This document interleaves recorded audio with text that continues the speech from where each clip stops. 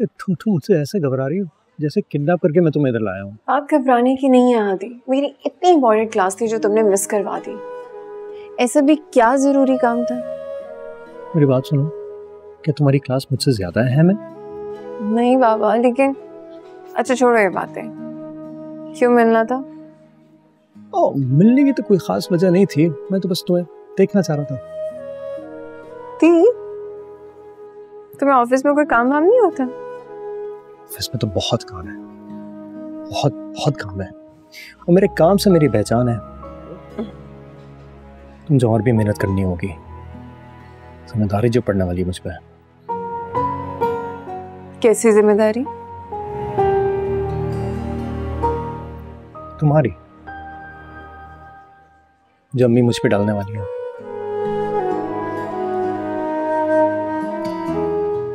क्या हो ज़ारा, खुश नहीं? खुश तो बहुत हूँ, बस अपने नसीब से डर जाती हूँ, उस नसीब से जिसने हमेशा मेरे अपनों को मुझसे दूर किया है। तो जब बहुत खुश होने लगती हूँ ना, तो सोचती हूँ कहीं अपनी ही नजर न लग जाए। ज़ारा, अब तुम मेरी मोहब्बत के एहसान में, तुम मेरे साथ हमेशा रहोगी, किसी की नजर नहीं लगने दूंगा तुम पे, इंशाल्लाह। और ये क्या बात हुई कि अम्मी जिम्मेदारी डाल रही है, खुद अपना कोई दिल नहीं है? नहीं नहीं, वो है बिल्कुल। मैं कह रहा हूँ अम्मी भी चाहती हैं, अम्मी भी। चलो जल्दी से कॉफी पियो प्लीज, मुझे यूनिवर्सिटी छोड़ो, अगली क्लास मिस नहीं करना चाहती मैं। बड़ा खून लड़की। अम्मा, अम्मा कहाँ हो? देखो कौन आया है। अम्मा। अस्सलाम वालेकुम। वालेकुम अस्सलाम। तुम लोग अचानक? मुझे पहले बता देते, मैं खाने में कुछ बना लेती। तो अम्मा कोई बात नहीं, आप ज़ारा से कहें ना जल्दी से कुछ बना दे। ज़ारा घर होगी तो कुछ बनाएगी ना, वो तो सुबह उठते ही यूनिवर्सिटी चली जाती है, यहाँ सब कुछ मुझे करना पड़ता है। अरे वालिया, कोई तकल्लुफ की बात नहीं है, ये तो बस मेहरू तुम्हारे लिए जो गिफ्ट्स लाई थी तुम्हें देने आ रही थी, तो मैंने सोचा ऐसे ड्रॉप भी कर दूं और इसी बहाने तुमसे मुलाकात भी हो जाएगी। ये तो बहुत अच्छा किया। गिफ्ट्स दिखाओ ना। हाँ हाँ दिखाओ तो सही। ये मेरे लिए क्या लाई हो, वो भी तो दो। नहीं अम्मा, ये आपका नहीं है इसमें कुछ। अच्छा, तो फिर ये किसके लिए? इसमें मैं ज़ारा के लिए गिफ्ट लेके आई हूँ, वो आएगी तो खुद खोलेगी। क्या जरूरत थी उसके लिए कुछ खरीदने की, उसके पास तो पहले ही इतना कुछ है। अच्छा मैं चलती हूँ मेहरू, मैं तुम्हें गाड़ी भिजवा दूंगी, ड्राइवर आएगा उसके साथ वापस आ जाना कर। वो मामा, मैं आज अम्मा के घर ही रुकूंगी। लेकिन अभी तो तुम वापस आई हो। मेरा मतलब है कि अभी आई हो, जैन अगर देखेगा कि तुम घर में नहीं हो तो परेशान हो जाएगा। आप जैन की फिक्र ना करें, मैं जैन को कॉल करके बता दूंगी। अच्छा ठीक है, लेकिन मेक श्योर कि कल वक्त से आ जाना, तुम्हें पता है ना घर अब तुम्हारे बगैर खाली खाली लगता है। जी मामा, इंशाल्लाह मैं कल जरूर वापस आ जाऊंगी। अब मेरा भी कहाँ दिल लगता उस घर के बगैर। चलो ओके, अच्छा अल्लाह हाफिज। अल्लाह हाफिज। अल्लाह हाफिज।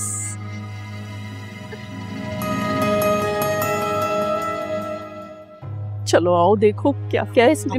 हाँ। ज़ारा, तुम कहाँ थी? तुम क्यों पूछ रहे हो?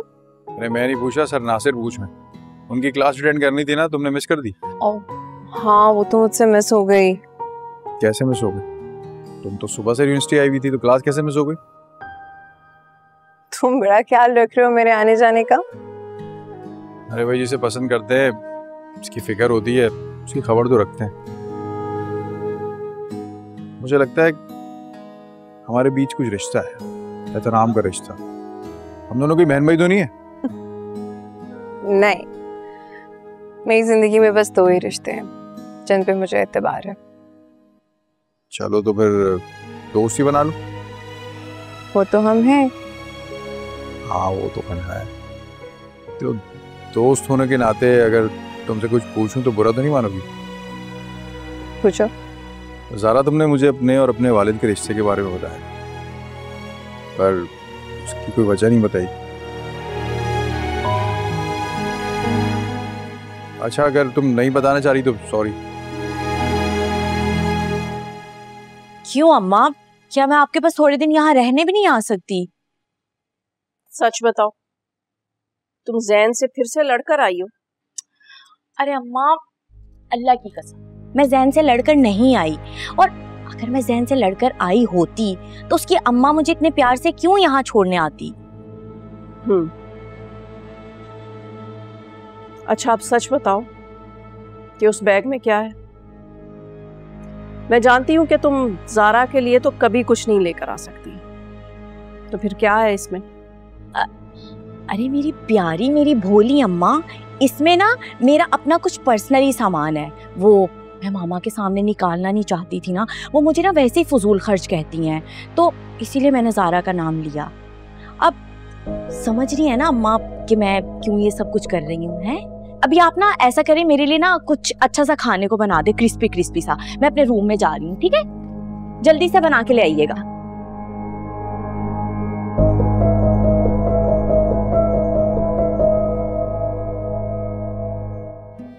अब तुम ही बताओ, इस सब के बाद क्या मेरा दिल करेगा उनको एक्सेप्ट करने का? अब तुम मेरी जगह होते तो क्या करते? यही रीजन है कि मैं उनके बारे में बात करना ही नहीं चाहती। मुझे खुद एम्बैरेसमेंट फील होती है कि उन्होंने मेरे साथ किया क्या है। बदकिस्मती से इसी वजह से मेरे दिल में उनके लिए सिर्फ और सिर्फ नफरत है। पर ज़ारा, इतनी नफरत किसी से करना तो खुद तुम्हारे लिए ठीक नहीं है। नफरत तो इंसान को अंदर से खोखला कर देती। नफरत तो तुम्हें हमेशा अजियत में रखेगी। ज़ारा, मुझे लगता है तुम्हें एक दफा अपने वालिद से बात करनी चाहिए। हो सकता है जो तुम्हें सच लगता है वो सच हो ही ना। रेहान, सब कुछ जानने और सुनने के बाद भी तुम ये कह रहे हो? सारा, हर तस्वीर के दो रुख होते हैं। तुम्हें उनसे बात करनी चाहिए थी। और खैर, बात की, तुमने इतना बड़ा फैसला ले लिया, मेरे ख्याल से तुमने गलत किया। अच्छा, अगर ये गलत है तो फिर जो उन्होंने मेरे साथ किया वो तो मेरे नजदीक गुनाह है। क्या पता उनकी कोई मजबूरी। हलाक के आगे कोई मजबूरी नहीं होती रेहान। और ज़ारा, तुम्हें एक बार अपने वाले से मिलना चाहिए, उनसे बात करनी चाहिए।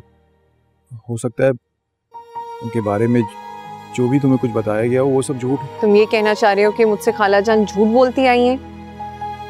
ऐसा हो ही नहीं सकता। नहीं, मैं ये नहीं कह रहा हूँ कि ऐसा हो सकता है।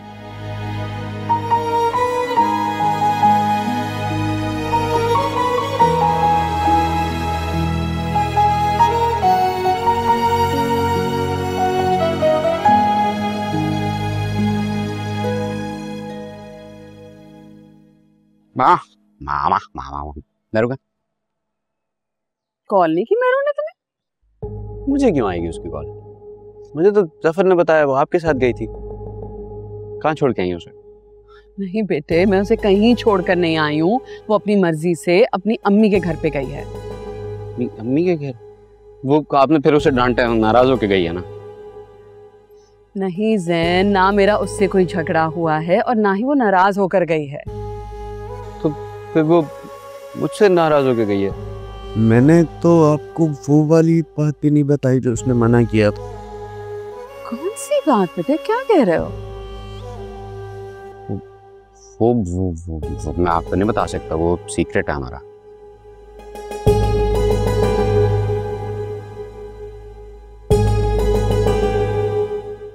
कहीं मेरू फिर से कोई गेम तो नहीं खेल रहे?